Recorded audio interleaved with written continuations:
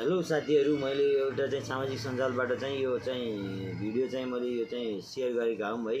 देख्न सक्नुहुन्छ मान्छेको मनको इच्छा र चाहना भयो भने देख्नुस् कसरी चाहिँ काम गर्न सकिन्छ। हेर्नुहोस् त, उहाँले एउटा चाहिँ दुईटा खुट्टाको भरमा चाहिँ आफूले नुहाउनु भएको छ। कसैलाई दुःख नदिएर आफैले चाहिँ नुहाउनु भएको छ। राम्रोसँग चाहिँ कपडा खोलेर साबुन लाएर मलसेल मिचेर राम्रोसँग नुहाउनु भएको छ।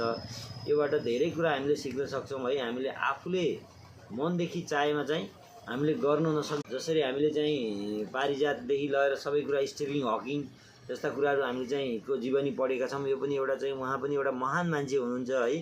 कहाँको मान्छे हुनुहुन्छ, को हुनुहुन्छ, यो ठ्याक्कै मलाई चाहिँ जानकारी भएन है। यो सामाजिक सञ्जालबाट मैले चाहिँ उपलब्ध भएको यो चाहिँ भिडियो एकदमै मलाई चाहिँ मन छ। त्यसैले मैले चाहिँ यो भिडियो तपाईहरु सबैलाई सेयर गरेछु। यसबाट तपाईँ हामीले धेरै जीवनमा सिक्नुपर्छ। मान्छेले हरेस खानु हुँदैन, चाहेमा जीवनमा सबै कुरा सकिन्छ भन्ने कुरा